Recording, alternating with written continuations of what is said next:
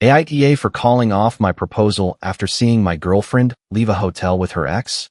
I'm Albert, 35, and until that week, I was the guy everyone assumed Clara was going to marry. We had been together for 5 years. Long enough that her coffee mug had a permanent place beside mine. Long enough that her favorite blanket stayed folded over the back of my couch even when she hadn't been over for several days. Long enough that Sunday groceries, Friday takeout, shared streaming accounts, and splitting random expenses through Venmo felt less like arrangements and more like life itself. Clara was 33, quick-witted, confident, and good at making ordinary things feel like private jokes. In the early years, she could turn a grocery run into a competition over who found the strangest product in the store. She remembered how I took my coffee, which side of the bed I slept on, and the name of a teacher I had hated in 7th grade. Once, while we were carrying bags in from the car, she bumped her shoulder against mine and said, "You're the only person I can do boring life with and not feel bored." I carried that sentence around for years.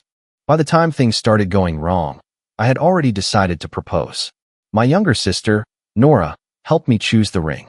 I had reserved a quiet table at a restaurant Clara loved and paid a deposit weeks in advance. Clara thought it was just our anniversary dinner. I had even written a note. It wasn't poetic. I'm not that kind of person. It was 2 pages about the small things I wanted to keep doing with her when we were old, arguing over grocery lists, stealing each other's fries, hearing her laugh from another room. I planned to give it to her before I asked. That was the future I thought I was protecting when I ignored the first few signs. Clara began, keeping her phone face down. At first, it was small enough to explain. A new habit, a busy week, a friend going through something private. Then she started smiling at messages and turning the screen away without seeming to realize she was doing it. One night, a little after midnight, her phone lit up on my coffee table. Miles. I knew the name. He was someone from Clara's past, though she had always been vague about exactly what kind of past. They had known each other years before we met. She once described him as ancient history and laughed when I asked whether they had dated. That night, I looked at the name, then at her. "Why is Miles texting you after midnight?" She picked up the phone and flipped it over. "Because adults can have friends." I didn't say they couldn't. "You're being weird." "I'm asking a question." "No, you're making your insecurity my problem." That became her favorite move. I would ask about something specific, and she would answer a question about my character instead. "Why did you cancel dinner and then disappear for 6 hours? Why are you monitoring me? Why did you say you were with Leah when Leah posted photos from somewhere else? Why are you obsessed with proving I'm lying? Why does Miles suddenly know details about our relationship? You don't get to punish me for having a past." Every conversation ended with me apologizing for the tone of a question she had never answered. I told myself I was being mature. I didn't want to be the jealous boyfriend who treated every male name like a threat. I didn't want to confuse vigilance with love. Clara knew that about me, and looking back, I think she learned how to use it. She still wanted the comfortable parts of us. She still sent me requests when she covered groceries and expected me to send my half within minutes. She still asked me to drive when we went out because she preferred to relax. She still used the subscriptions I paid for and called when something in her apartment stopped working. She still wanted me beside her at family dinners and birthdays, smiling in photographs like we were exactly what everyone thought we were. But when I asked about our future, she acted like I was bringing paperwork to a party. One evening, I made pasta at my place. Clara sat at the counter, scrolling through her phone while I drained the water. I mentioned that our anniversary was coming up and asked whether she still wanted to talk about living together full-time when her lease ended. She gave a little laugh. "You make everything so serious. We've been together 5 years." I know. That's usually when people talk about what comes next. She put her phone down and looked at me with an expression that was almost affectionate. "You're safe, Albert. That's not a bad thing." I stood there with the colander in my hand. "It sounds like you're apologizing for me." She rolled her eyes. "See? This is what I mean. You make everything heavy." I let it go because the sauce was burning and because I didn't know how to explain why the word safe had sounded less like love and more like a category. A week later, she canceled dinner 20 minutes before I was supposed to pick her up. Too exhausted to move, she texted, "Rain check? I'm going to shower and pass out by 9. I was disappointed, but I told her to rest. I ate the reservation fee, picked up a sandwich, and spent the evening watching something she had said she wanted to see with me. I stopped halfway through because watching it alone felt wrong. 2 nights later, Clara was beside me on the couch, showing me a photo on her phone. A rideshare receipt appeared at the top of the screen. The preview showed the date, the same night she had canceled. It also showed a pickup time after 10. I didn't grab her phone. I didn't ask to see the full receipt. I just said, "You told me you were asleep by 9. Her hand closed around the phone. What? The ride receipt. It was from Tuesday. So now I have to submit a schedule? No. I'm asking why you lied. Her face changed. Not guilty. Angry. You're not asking. You're building a case. I saw a notification. You were staring at my screen. You were holding it in front of me. She stood up and shoved the phone into her bag. This is exactly why I don't tell you everything. You turn normal things into interrogations. What was the normal thing? She looked toward the door. Clara, I went out for one drink. I was tired of feeling like every plan with you had to mean something. You canceled on me and lied about going to sleep. I knew you'd react like this. That sentence stayed with me. She had lied because she knew I would react badly to the lie. She left before I could ask who she had met. The next morning, I called Simon. Simon had been my closest friend since we were teenagers. He isn't comforting in the traditional sense. He doesn't tell you things will be fine when they clearly aren't. He tells you what not to do while your judgment is impaired. I explained the midnight messages, the canceled date, and the ride receipt. He was quiet for a moment. Has she called you controlling to anyone else? I don't know. Has she called you controlling to you? More than once. Then be careful. I'm not going to do anything. I know. I'm telling you not to give her anything she can use. No yelling. No threats. Number 20 paragraph texts at 2 in the morning. So I just take it. No. You make the truth boring, dated, and impossible to bend. I didn't like hearing it. It made the situation sound more real than I was ready for. Simon continued. If she's rewriting the story while you're still in it, don't hand her better material. After the call, I opened the message thread with Clara and read back through the last few months. It wasn't proof of anything by itself. It was just a pattern I had refused to name. Me asking when she would be free. Clara replying 6 hours later. Clara asking for help with something. Me answering immediately. Me trying to discuss a problem. Clara saying, "Can we not do this right now?" Miles' name appearing in stories that never quite included a reason he was there. I didn't confront her again. I decided to watch what happened when I stopped filling in the blanks for her. For the next week, I was pleasant but less available. I didn't remind her about plans. I didn't offer rides before she asked. I didn't send a second text when she ignored the first. She noticed almost immediately. "Are you mad at me?" she asked over the phone. "No. You sound cold." "I'm tired." "See, this is what you do. You shut down and make me guess." I almost laughed. "Instead," I said, "I asked you directly why you lied. You left." That was not a safe conversation. There was that word again. Safe for who? I asked. She sighed. "I'm not doing this tonight." Then she hung up. A few days later, I met Nora for coffee. She knew about the ring because she had helped me choose it. She also knew I had been carrying the engagement plan around like a secret engine. I told her what had been happening. Nora's mouth tightened. "Return it." "I don't know anything yet." "You know she lied." "That doesn't automatically mean." "Albert, stop finishing her excuses for her." I stared down at the lid of my coffee. Nora softened. "I know you love her. I know what you planned. But you staying quiet doesn't mean she gets to write the ending. I don't want to be cruel." "Then don't be cruel. Be accurate." I told her about Miles. She leaned back. "Didn't Clara say he was ancient history?" "Yes." Ancient history doesn't text after midnight. I didn't return the ring that day. I wish I could say I was ready, but I wasn't.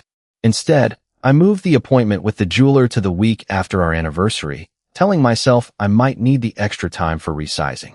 That was the kind of bargaining I was doing with reality. The next piece arrived through my email. I had opened the reservation confirmation for our anniversary dinner to confirm the time.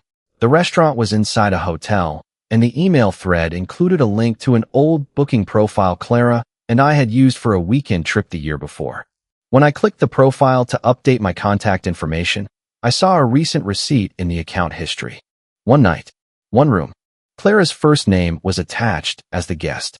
My email was still listed as the contact because I had created the account during our earlier trip. The date was the Tuesday she had claimed to be too exhausted for dinner. The receipt didn't say who had been in the room with her. It didn't need to. The rideshare timestamp lined up with check-in. A restaurant charge from the hotel bar appeared shortly before the room charge. The last 4 digits on the payment method were not mine.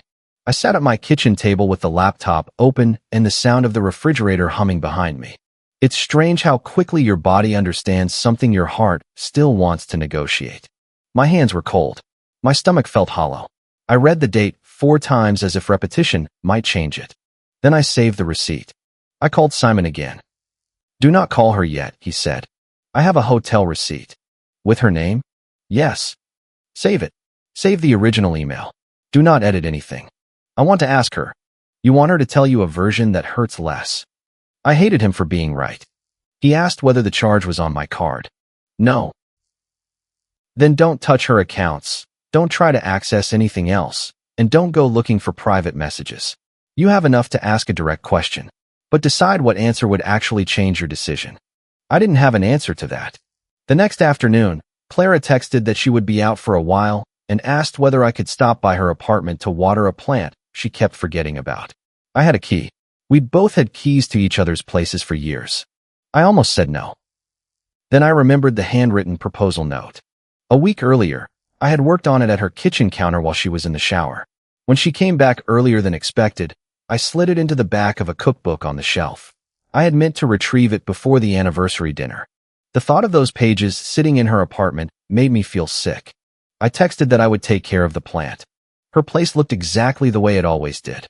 One shoe near the door. A half-written grocery list on the counter. A mug in the sink with a ring of coffee dried along the inside. Her laptop was open beside the grocery list. I didn't touch it. I watered the plant, took the cookbook from the shelf, and pulled out the folded note. As I slid the book back, the laptop made a soft sound. A message preview appeared in the corner. "Leah, if this blows up, what are you going to tell people?" I froze because my name appeared in the line beneath it. "Clara, that Albert pushed me away first. He's too invested to walk away anyway." The preview stayed on the screen for several seconds. I stood there holding the note I had written about growing old with her. I didn't open the conversation. I didn't scroll. I took one photo of the visible screen with my own phone because my name was in it, and because, for the first time, I understood that the lying wasn't only about where she had been. She was preparing witnesses. I put the cookbook back, folded the note once more, and slipped it into my pocket. On the way out, I noticed the grocery list. Coffee, oat milk, pasta, Albert's cereal. She had written my cereal on the same piece of paper while planning to tell people I had pushed her away.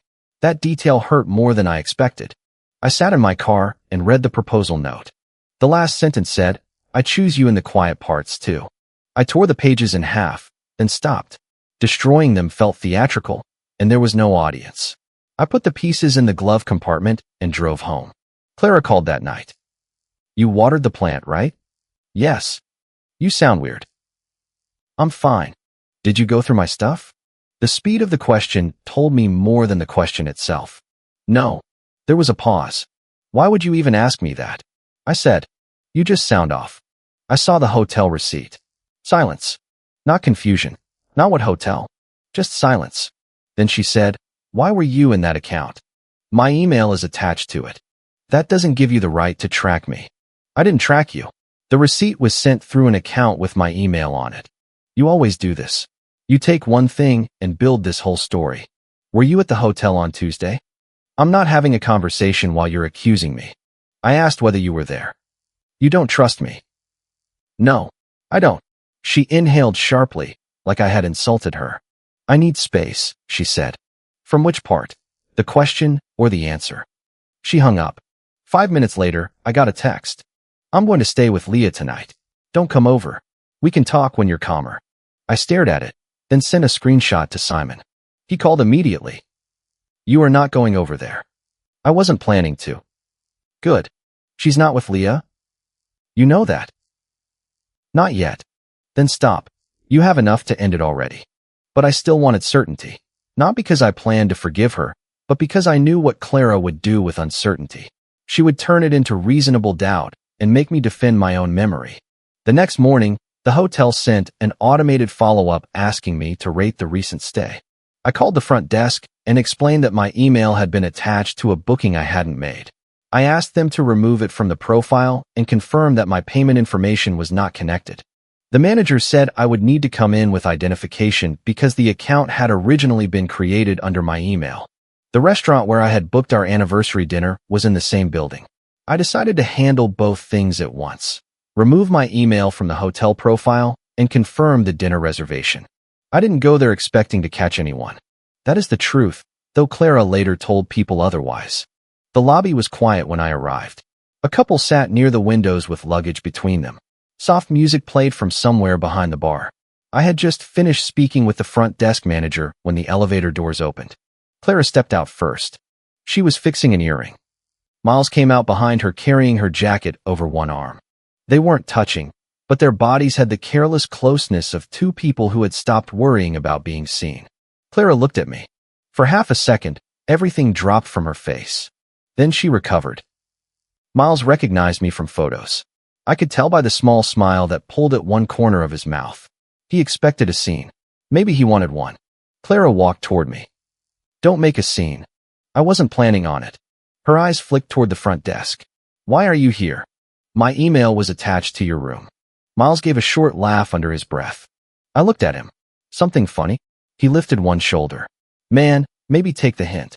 Clara turned toward him. Miles. It wasn't a rebuke. It was the tone you use when someone says the rude thing you wanted said, but didn't want attached to you. I looked back at Clara. How long? She crossed her arms. We are not doing this in a hotel lobby. You brought it to a hotel lobby. It was one mistake. Miles stopped smiling. I said, the receipt was from last week. Clara's face hardened. I made one mistake. Don't turn it into a personality. One mistake with multiple reservations? You have been emotionally absent for months. There it was. The line she had prepared. I felt something inside me go still. You planned the apology before you even stopped lying. Her eyes narrowed. What does that mean? It means Leah already knows the version where I pushed you away. For the first time, she looked scared. Miles glanced between us. She said you two were basically done. Clara snapped, stay out of it. He looked offended. That almost would have been funny under different circumstances. I said, you told me he was ancient history. Clara rubbed her forehead. You want the truth? Fine. You were always safe. He was exciting. There's a difference. The lobby seemed to get quieter. I could hear the faint roll of suitcase wheels near the entrance. Miles watched me closely, waiting for anger. Clara watched me with something worse, confidence. She believed the word safe meant I would absorb the humiliation, go home, cool down, and eventually agree to discuss what I had done to make her cheat. I nodded once. Then I'll stop being safe for you. I walked toward the exit. Behind me, Clara said, if you walk out, don't come back crying when you realize no one else is this patient with you. I didn't turn around. I made it to my car, closed the door, and put both hands on the steering wheel. They were shaking hard enough that I could see it. I didn't feel powerful. I felt sick. I felt stupid. I felt like 5 years of memories had been dumped on the floor, and I was expected to identify which ones were real. I stayed in the parking lot until my hands stopped shaking. Then I started canceling the future. First, I called the restaurant. The manager remembered the reservation because I had arranged a private table and requested a specific dessert. I told him the dinner was canceled. I was still within the cancellation window, so most of the deposit would be refunded. Then I called the jeweler. The woman who answered sounded cheerful until I told her I needed to cancel the pickup and return the ring. She asked whether I wanted to reschedule. No, I said. I need to return it. There was a pause, then her voice softened. I understand. I removed Clara from the streaming accounts that were mine. I canceled a weekend reservation I had made for later that month. I changed the password to the grocery delivery account after confirming her card wasn't stored there. I didn't touch anything that belonged to her. I didn't drain shared money because we didn't keep a joint bank account. I didn't cancel services in her name. I simply stopped paying for access and plans I had personally covered. There was one recurring bill I had been paying for 3 months because Clara kept saying she would reimburse me when things settled down. I sent a Venmo request for her half and included the dates in the note. Then I emailed her. Clara, the relationship is over. I will leave your belongings from my apartment with Nora on Saturday. Please return my key and the items listed below at the same time. I have removed you from subscriptions paid through my accounts and canceled reservations charged to my card. The attached breakdown shows the shared expenses still outstanding. Please confirm repayment and return arrangements in writing. Albert. I attached a simple list. No insults. No mention of Miles. No emotional speech. My phone rang before I finished closing the laptop. Clara. I let it go to voicemail. She called again. Then again. The first voicemail was furious. You cannot just make decisions for both of us. 5 years, Albert. You don't get to end 5 years in an email because you saw something you didn't like. The second was colder. Removing me from everything is unbelievably petty. This is exactly the controlling behavior I have been trying to talk to you about. The third came 20 minutes later. Call me when you're done performing. I didn't answer. Simon came over that evening with takeout. He didn't say he was sorry. He put food on the counter, looked at Clara's mug beside mine, and asked, "Do you want me to put that somewhere?" I stared at it. No, not yet. We ate in silence for a while. Then he said, "Back up everything." I did. Keep communication written. I am. No social media. I'm not 12. I know. Heartbroken adults do things 12-year-olds would recognize. That got the first laugh out of me all day, though it didn't last long. I told him exactly what Clara had said in the lobby. Safe. Exciting. Simon set down his fork. She thought you were guaranteed. That seems to be the theme. She is going to change tactics. She already has. As if on cue, my phone lit up with a text from Clara. Are you really throwing away 5 years over one night? I looked at it for a long time. Then I replied. You didn't lose me because of one night. You lost me because you laughed when you thought I had no self-respect left. She responded immediately. That is not what happened. Then, I panicked. Then, you showed up at a hotel. Do you understand how insane that looks? I typed out 3 different replies and deleted all of them. Simon held out his hand. I gave him the phone. He read the messages and handed it back. No response. She is already rewriting it. Then let her do it in writing. The next day, Nora helped me pack Clara's belongings from my apartment. There was less than I expected and more than I wanted. The blanket from the couch. 2 sweaters. A pair of running shoes. Makeup in the bathroom drawer. A phone charger she always accused me of stealing. A stack of books with receipts still tucked inside them. Nora held up the mug. This too? I nodded. She wrapped it in newspaper. I'm sorry, she said. That was when I finally cried. Not dramatically. I sat on the floor beside the box and covered my face while Nora stayed quiet. I cried because the mug looked ordinary. Because the blanket still smelled faintly like Clara's perfume. Because I had spent months trying to be reasonable while she had been treating my trust like a weakness she could budget around. Nora sat beside me. After a while, she said, she didn't fear losing you until you stopped acting guaranteed. I feel like an idiot. You trusted someone you loved. I ignored things. Yes. I looked at her. She shrugged. I'm not going to lie to make you feel better. You ignored things. Now you're not. On Saturday, Nora handled the exchange. Clara didn't come. Leah brought the key and a bag with my things. Leah had been at birthdays, dinners, and holiday gatherings for years. I knew her well enough to know she had already heard Clara's version. She texted me after leaving Nora's place. I'm not saying cheating is okay, but disappearing after 5 years is really harsh. Clara said things had been bad for months and you refused to work on them. I read it twice. Then I sent the response Simon and I had agreed on. I ended the relationship after confirmed cheating and repeated lies. I won't discuss private details unless my name keeps being dragged into them. Leah replied. She said you had been monitoring her and showed up at a hotel. I wrote. My email was attached to the booking account. The hotel asked me to come in with identification to remove it. I saw them while I was there. The typing dots appeared, disappeared, then appeared again. Finally, she sent. I think everyone is too emotional right now. That told me Clara had already started calling people. Over the next 2 days, I heard from 4 mutual friends. One said he was disappointed I had cut Clara off financially without warning. Another said relationships were complicated and one bad decision should not erase 5 years. A third asked whether it was true that I had been cold and suspicious for months. The fourth didn't accuse me directly. She wrote, "Clara is saying she felt trapped. I think you should know that's what people are hearing." Clara had taken ordinary breakup logistics and turned them into a punishment story. I had removed her from accounts I paid for, canceled reservations charged to my card, and asked for money she had already agreed to repay. By the time she told it, I had apparently stripped her of basic necessities to control her. I wanted to answer every person separately. Simon stopped me. We were sitting at my kitchen table, the same place where I had found the hotel receipt. "One email," he said. "That will look calculated." "It is calculated. I don't want to humiliate her. You are not sending bedroom details. You are correcting claims she made about you. It still feels like revenge." The second she used your name as cover, the truth stopped being revenge. It became correction. Nora, who was on speakerphone, said, "Facts only. No insults. No victory lap." Simon looked at the phone. "That was my line." "You say obvious things with confidence," she replied. I almost smiled. We drafted a statement, but I didn't send it.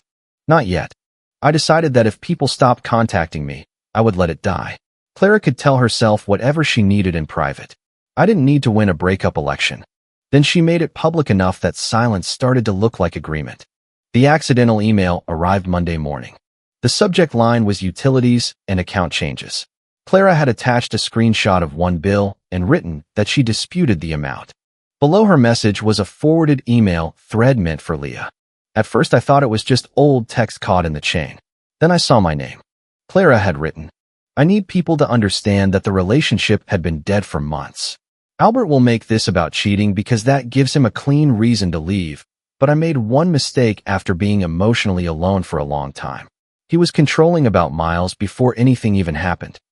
If he starts showing receipts, remind everyone that monitoring me is part of the problem." Leah's response was beneath it. "You told me nothing happened with Miles until last week." Clara had replied, "That's the version that makes the most sense. Please don't get stuck on dates." At the top of the forwarded chain, Clara had added a note to Leah. "He already canceled the anniversary reservation. I'm going to call the restaurant and see if they'll keep the table. A few of us should meet there Thursday so I can explain everything in person. He paid the deposit, and after what he did, I'm not letting it go to waste." 30 seconds later, another email arrived. "Ignore the forwarded section. That was private." Then, "Albert, do not use that. It was written while I was panicking."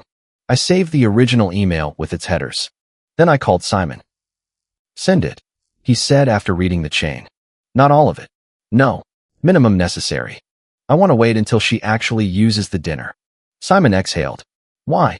"Because right now she can still say she was venting privately. She told people you were controlling." "I know." "She told them you cut her off." "I know." "She is planning a dinner to explain why you caused her affair." "I know." "So what are you waiting for?" I looked at the reservation cancellation email on my screen. "I want there to be no argument that I forced this conversation." Simon was quiet. Then he said, "Fine, but do not go there." "I won't." Clara called the restaurant and apparently convinced herself the reservation still existed because she had the confirmation number from an old text. She invited Leah and several mutual friends for Thursday evening. I know what happened at the restaurant because 3 people later described it, and their versions matched. Clara arrived first with Leah. A few others joined them in the lobby. Clara gave the host my name and said the reservation had originally been made for our anniversary but needed to be expanded. The host checked the system. "I'm sorry, the original reservation was canceled by the cardholder." Clara said, "That can't be right. The cancellation was processed on Friday. What about the deposit?" "It was refunded according to the cancellation policy." Clara's face went red. "I was the other guest." "I understand, but the reservation and payment were under his name." Leah looked at her and said, "I thought Albert abandoned you. Why was he still paying for tonight?" According to one friend, Clara said, "It was our anniversary reservation. He canceled it to embarrass me." The host, who had no interest in becoming part of our breakup, offered them a regular table if they were willing to wait. They took it. Clara paid. By then, my phone had started lighting up again. One friend texted, "Clara says you canceled the dinner just to humiliate her in front of everyone." That was the point when I sent the email. I sent it only to the people who had contacted me directly or repeated Clara's claims to me. I didn't post it online. I didn't send it to her family. I didn't include anyone who had stayed out of it.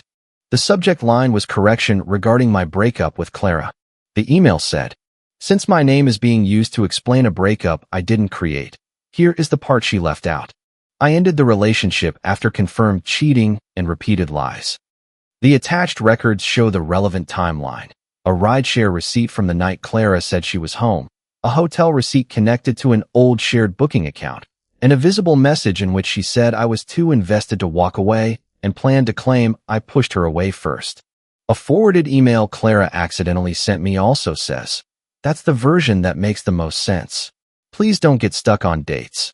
After Leah questioned when the affair began, I had planned to propose during our anniversary dinner. I canceled that dinner and returned the ring after confirming the affair. I removed Clara only from services and reservations paid through my accounts. I have not interfered with anything in her name. I am not asking anyone to choose sides.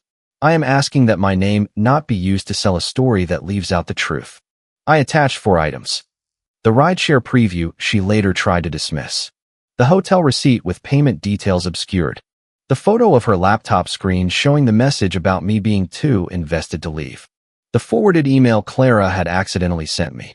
Nothing explicit. Nothing sexual. No private photographs. No insults. Then I turned off my phone and took a shower. At the restaurant, the email arrived while Clara was explaining that I had emotionally abandoned her. Leah read it first. She asked Clara whether the messages were real. Clara said, "He had no right to send that." Leah said, "That's not an answer." Clara tried to say I had invaded her privacy. Leah asked, "Did you tell me the affair started last week?" Clara said the exact date wasn't the point. One of our friends asked whether there had been more than one hotel visit. Clara accused everyone of turning on her. Leah pushed her chair back. "You told me he froze you out for months," she said. "He did. You told me nothing happened with Miles until after things were basically over." "They were basically over. You were still planning to go to an anniversary dinner he paid for. That was before he became cruel." "You mean before he found out?" Clara started crying. "I wasn't there, and I'm glad I wasn't. Watching her fall apart would not have repaired anything in me. It would only have given her another reason to say I enjoyed hurting her." Leah left first. 2 others left soon after. The friend who had accused me of being cold sent a message before the dinner was even over. "I'm sorry. I should have asked before judging you." Another wrote, "I had no idea you were planning to propose. Clara told us you had refused to discuss the future." I didn't feel victorious reading those messages. I felt tired. Then Miles texted me. I didn't have his number saved, but he identified himself. "She told me you two were pretty much over." I didn't know it was that serious. I replied, "You knew enough." He wrote, "I'm not trying to be part of this." I answered, "You already were." Then I blocked him. Later, Leah called. I almost let it go to voicemail, but I answered. She sounded embarrassed. "I owe you an apology. You believed your friend." I repeated things without asking you. "Yes." There was a pause. "She used me," Leah said. "She told me pieces at different times. I thought I was helping her leave a relationship where she felt ignored." I understand. "No, I don't think you do. She had me practicing what to say if you contacted people. She said you would overwhelm everyone with details to punish her." I sent 4 attachments. I know. I did not want to involve anyone. I know that now. She told me Miles had left the restaurant shortly after Clara called him. Apparently, Clara had expected him to come support her, but he refused. He said the situation was too much drama and that she hadn't been honest with him about the proposal or how recent the relationship was. That part didn't surprise me. Miles didn't want Clara's real life. He wanted the version of himself reflected in her attention. He wanted to feel chosen over someone stable. Once the choice required consequences, he was gone. Leah said, "Clara is telling people you ruined her reputation." My silence was not permission to lie about me. I know. "Please stop carrying messages between us." "I will."